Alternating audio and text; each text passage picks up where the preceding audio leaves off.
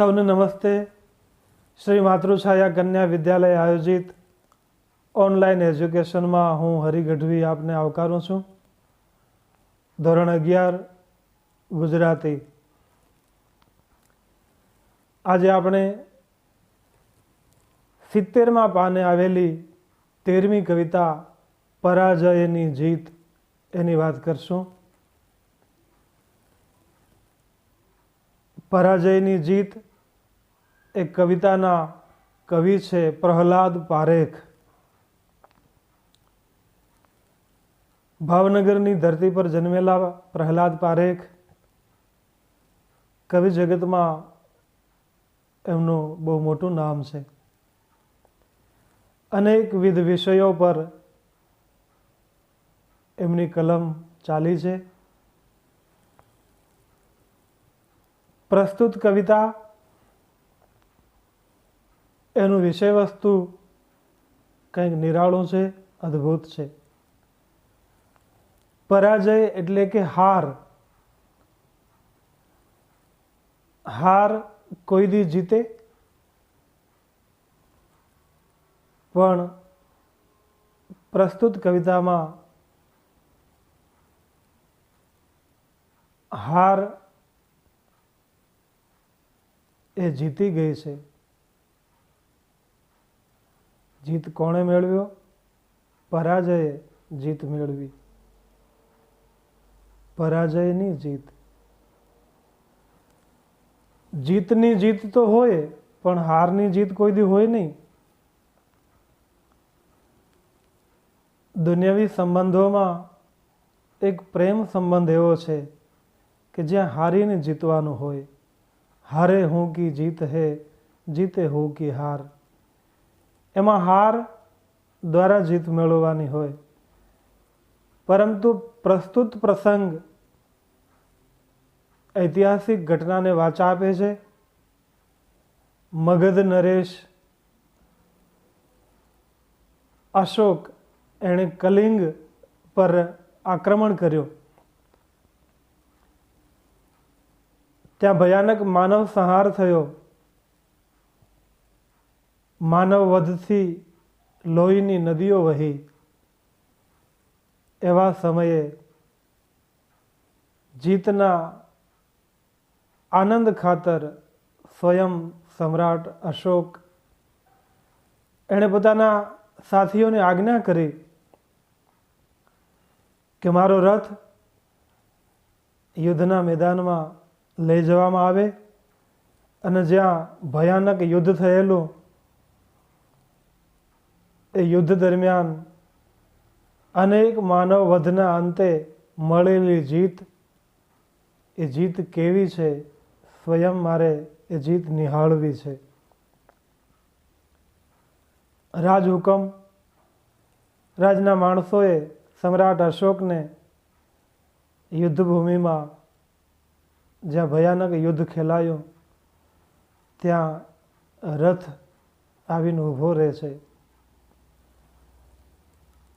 સમ્રાટ અશોકે ચારે કોર પોતાની નજર દોડાવી। એના મનમાં જીતની કંઈક છબી જુદી હતી, પરંતુ યુદ્ધના મેદાનમાં આવી અને એણે માનવીય લાશોના જે ખડકલા જોયા, હૃદય દ્રવી ઉઠ્યું। સમ્રાટ સ્વયં એની તલવારની ધાર સહિતની ભુજા થરથર મંડી કંપવા। એના હૈયામાં એક ફાળ પડી કે આને જીત કહેવાય? લાખો લોકોના સંહાર પછી મળેલી જીત એ જીત નથી, મારી દૃષ્ટિએ એ હાર છે। બળથી કોઈને વશ કરી શકાય, પણ એ જીત નથી। કોઈ સિંહના પંજાને માનવીય દમન દ્વારા કોઈ માણસ ઉપર માણસ અત્યાચાર કરીને હાથ જોડાવી શકે, પરંતુ સિંહના પંજા કોઈ જોડાવી શકે નહીં. પ્રતિભા અજેય હોય છે. હા, એને જીતી શકાય છે, પરંતુ એનું માધ્યમ બળ નહીં, પ્રેમ હોય છે. વ્યક્તિગત યુદ્ધના મેદાનમાં શસ્ત્રની લડાઈમાં બળથી જીતી શકાય, પણ હૃદય જીતવા માટે તો પ્રેમની પૂંજી હોય તો જ હૃદય જીતી શકાતું હોય છે. સમ્રાટ અશોકને બરાબર આ વસ્તુની અનુભૂતિ થઈ. એને સમજાયું કે હિંસામાં જીત નથી. સાચી જીત તો હિંસાનો ત્યાગ કરી અહિંસાના સ્વીકારમાં પડેલી છે. માનવીય હૃદય પર રાજ કરવા માટે બાહુબળની જરૂર નથી, હૃદયના ઉમદા પ્રેમની જરૂર છે. કહેવાય છે ત્યાર પછી તો અશોકે કરુણાનો ધોધ વહેવડાવ્યો. એણે બૌદ્ધ ધર્મનો અંગીકાર કર્યો. જગતભરમાં કરુણા અને અહિંસાનો સંદેશ ફેલાયો. તો પ્રસ્તુત કવિતા પરાજયની જીત. મગધના રાજવી અશોકે કલિંગ પર જે ચડાઈ કરી, જીત મેળવી, માનવ સંહાર કર્યો અને અંતે યુદ્ધના મેદાનમાં સગી આંખે એ નરસંહાર જોયા પછી એનો હૃદય પલટો.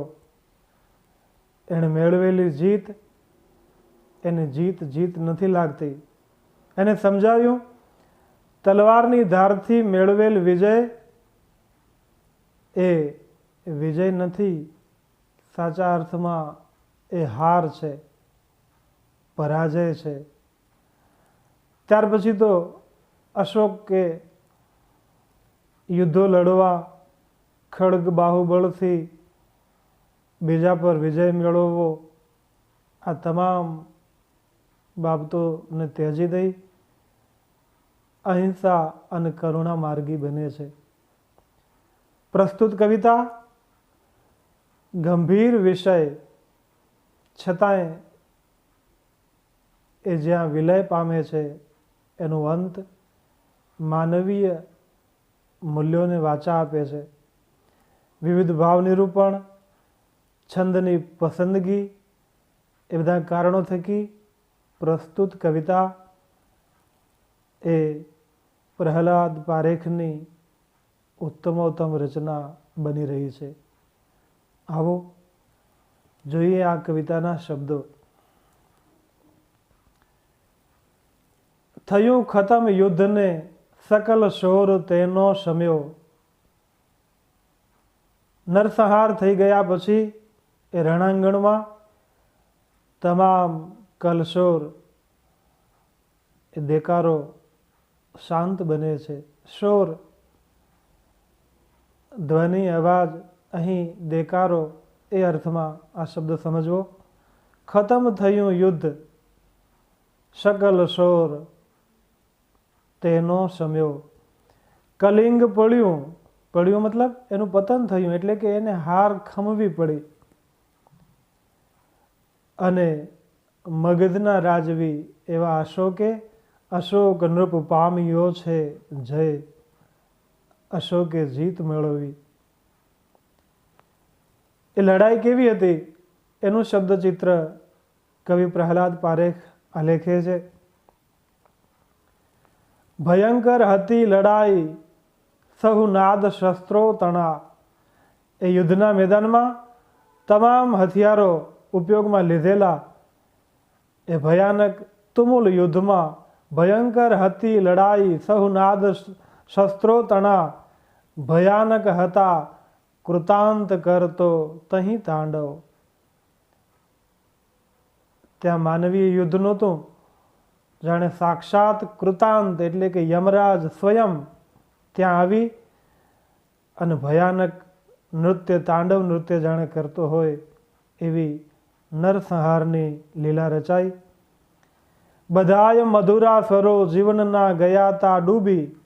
જીવનના તમામ મીઠાશ ભર્યા જે સૂર હતા એ આ યુદ્ધના ઉન્માદમાં બધા જ મૃતપ્રાય બન્યા હતા.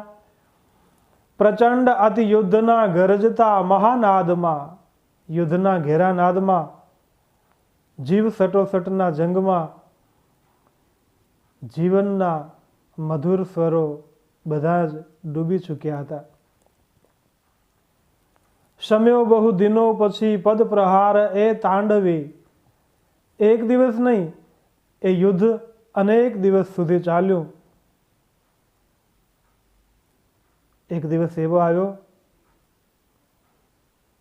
એ યુદ્ધનો અંત આવ્યો. શમ્યો બહુ દિનો પછી પદ પ્રહાર એ તાંડવી. પરાજિત કલિંગમાં ચૂપ કીધી છવાઈ રહી. કલિંગ હાર્યું,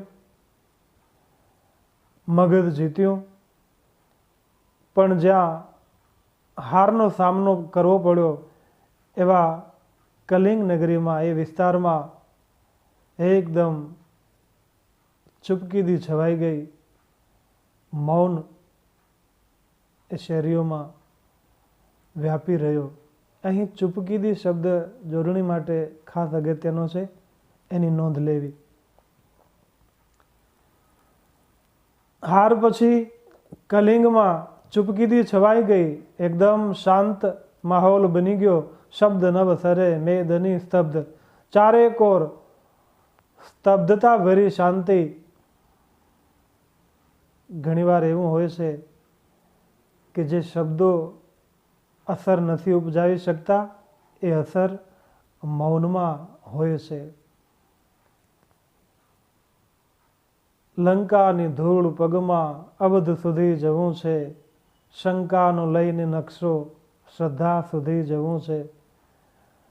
શબ્દની યાત્રા જ્યાં પૂરી થાય અને મૌનની પરિભાષા જ્યાંથી શરૂ થાય ત્યાં શબ્દ સઘળા બિનજરૂરી હોય છે. શબ્દ માત્ર ત્યાં નિરર્થક હોય છે. જ્યાં મૌનની ભાષા છે ત્યાં શાબ્દિક અસર એકદમ નિમ્ન હોય છે. પરાજિત કલિંગમાં ચૂપ કીધી છવાઈ રહી. પરંતુ ચૂપ કીધી એ ભયદ યુદ્ધથી એ હતી. આપણું મૌન ઘણીવાર બીજાને અકળાવે. મૌનમાં એવી તાકાત છે, ઉદાસીનતામાં એટલી બધી પ્રબળ તાકાત છે કે મૌન ધારણ કરનાર વ્યક્તિ તો સ્વસ્થ હોય, પણ એના પનારે પડેલી સામેની વ્યક્તિ એના મૌનથી અકળાઈ ઉઠે, ભયાનકતા છવાઈ જાય. તો અહીં કલિંગમાં પણ એ જ ચિત્ર ઊભું થયું. રાજા અશોકે જીત તો મેળવી, પણ જે કલિંગની શેરીઓમાં જે સ્તબ્ધતા છવાઈ ગઈ, કવિ કહે છે કે એના માટે, એના વર્ણન માટે શબ્દો ઓછા પડે. નિરાશ નગરી હતી નયન નીરને ઢાળતી. કલિંગ નગરની શેરીઓ જાણે હિબકે ચડી છે. નિરાશ નગરી હતી નયન નીરને ઢાળતી. ઢળતા નેત્રમાંથી નીરની ધારા વહે છે. હતી બિન સહાય એ કરુણ ગાજ તેની સ્થિતિ. અસહાય બની. કલિંગને કોઈ મદદ કરનારું બચ્યું નહીં. આખી નગરી અસહાયતામાં મુકાઈ ગયા પછી ત્યાંની સ્થિતિ એકદમ દયનીય બની ચૂકી હતી. સમૂળ ઉખડી ગયેલ મૃદુ વેલશી એ પડી. અહીં ઉપમા અલંકાર દ્વારા કવિ પ્રહલાદ પારેખ સમજાવે છે કે કલિંગ નગરીની સ્થિતિ કેવી હતી. પવનના ઝપાટામાં જેમ વેલ મૂળ સહિત ઉખડી જાય અને ધરતી પર પડી હોય, એવી સ્થિતિ, અસહાય સ્થિતિ કલિંગ નગરીની બની. વાગોળે છે વિજય શિબિરે આજ સમ્રાટ તેના. અહીંથી કવિતા કરવટ બદલે છે. કવિ એક નવું ચિત્ર આપે છે. પ્રથમ ચિત્રમાં યુદ્ધની ભયાનકતા અને યુદ્ધના અંતે કલિંગની હાર, અને ત્રીજું ચિત્ર જેની જીત થઈ છે એવા મગધના રાજવી અશોક, એની મનોસ્થિતિ કેવી હતી એને વાચા આપે છે. વાગોળે છે વિજય શિબિરે આજ સમ્રાટ તેના. પોતાની છાવણીમાં બેઠો બેઠો સમ્રાટ અશોક યુદ્ધના વિજયનો આનંદ એના મુખમાં ક્યાંય સમાતો નથી. એનો ચહેરો પ્રસન્નતાથી ભાવ વિભોર છે. વાગોળે છે વિજય શિબિરે આજ સમ્રાટ તેના. દીપ્તિ તેના નયન મહી છે દર્પ કેરી ભરેલી. દીપ્તિ એટલે કે તેજ, પ્રકાશ. એની આંખોમાં એક જુદા જ પ્રકારનું અજવાળું છે, અને એમાં દર્પ એટલે કે અભિમાન ભળ્યો છે. જોઉં જાતે વિજય નૃપને સંસ્ફુરે ઉર્મી એવી. રાજાને વિચાર આવ્યો કે યુદ્ધના મેદાનમાં જઈ અને હું જાતે એ જીત એનો અનુભવ કરું. જોઉં જાતે વિજય નૃપને સંસ્ફુરે ઉર્મી એવી.